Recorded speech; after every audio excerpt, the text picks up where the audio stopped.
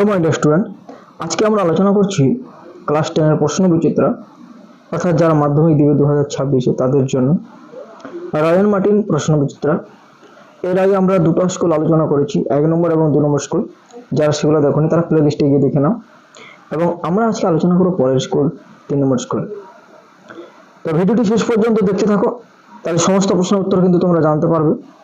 Skip করে গেলে অনেক প্রশ্নের উত্তর তোমাদের অজানা থেকে যাবে। তো চলো বেশি কথা না বলে শুরু করে আজকে আমাদের আলোচনার বিষয় রায়ান মার্টিনের প্রশ্ন বিচিত্রা। দেখো 3 নম্বর স্কুল কি রয়েছে। দেখো প্রথমে রয়েছে যে তপনের মেসমশাই পেশায় একজন স্কুল শিক্ষক, কলেজের কেরানি, কলেজের প্রফেসর না প্রধান শিক্ষক। এটা কি হবে? উত্তরটা হবে কিন্তু এখানে কলেজের প্রফেসর। এরপরে দেখো শিশুদের সব কোথায় পড়ে আছে?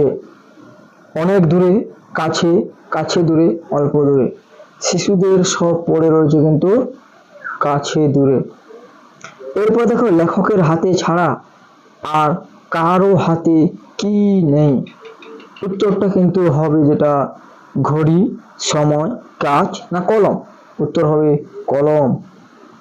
এরপর দেখো কারক হলো, কারক হলো ক্রিয়াপদের সঙ্গে নামপদের সম্পর্ক, নামপদের সাথে বিভক্তির সম্পর্ক, ক্রিয়াপদের সাথে বিভক্তির সম্পর্ক।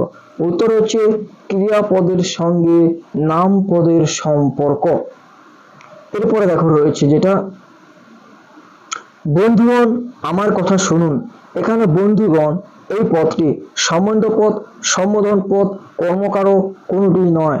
উত্তরটি হচ্ছে এখানে সম্বোধন পদ, অর্থাৎ সম্বোধন করা রয়েছে। এছাড়া কারক সম্পর্কে জানতে হলে প্লেলিস্টে চলে যাও, সেখানে কারক বিভক্তি অনুসর্গ রয়েছে, তোমরা সেখানে দেখে নিতে পারো এবং প্রত্যেকটি কারক সম্পর্কে আলোচনা করা রয়েছে, তোমরা সেগুলো জানতে পারবে যদি তোমরা সেগুলো গিয়ে প্লেলিস্টে গিয়ে দেখে নাও। দেখো এরপর কি রয়েছে, এরপরে রয়েছে যে 2 দাগে যে কথাটা শুনে তপনের চোখ মার্বেল হয়ে গেল। তপনের চোখ মার্বেল হয়ে গেল কেন? উত্তরটা আমরা দেখে নেই যে কেন তার চোখ মার্বেল হয়ে গেল।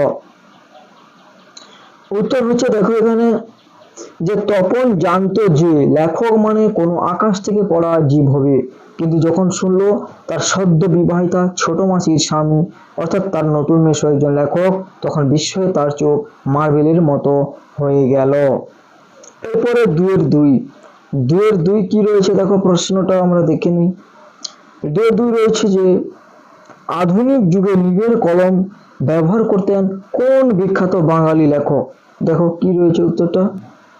উত্তর হচ্ছে যে আধুনিক যুগে নিবের কলম ব্যবহার করতেন প্রাবন্ধিক শ্রীপান্থর মতে একমাত্র সত্যজিৎ রায়, একমাত্র সত্যজিৎ রায় কিন্তু ব্যবহার করতেন।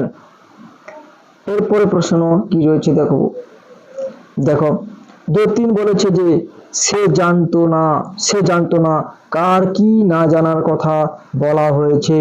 2-3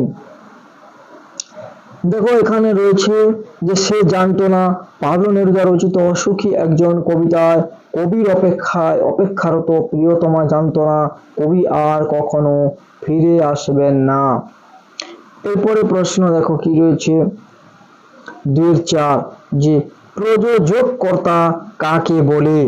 কি রয়েছে উত্তর দেখো, প্রযোজককর্তা কাকে বলে? বলছে বাক্যের মধ্যে কর্তা যদি নিজে ক্রিয়া সম্পন্ন না করে অন্যকে দিয়ে সম্পন্ন করায় তাহলে তাকে বলে প্রযোজককর্তা, বা তার আরেকটা নাম হচ্ছে হেতুকর্তা।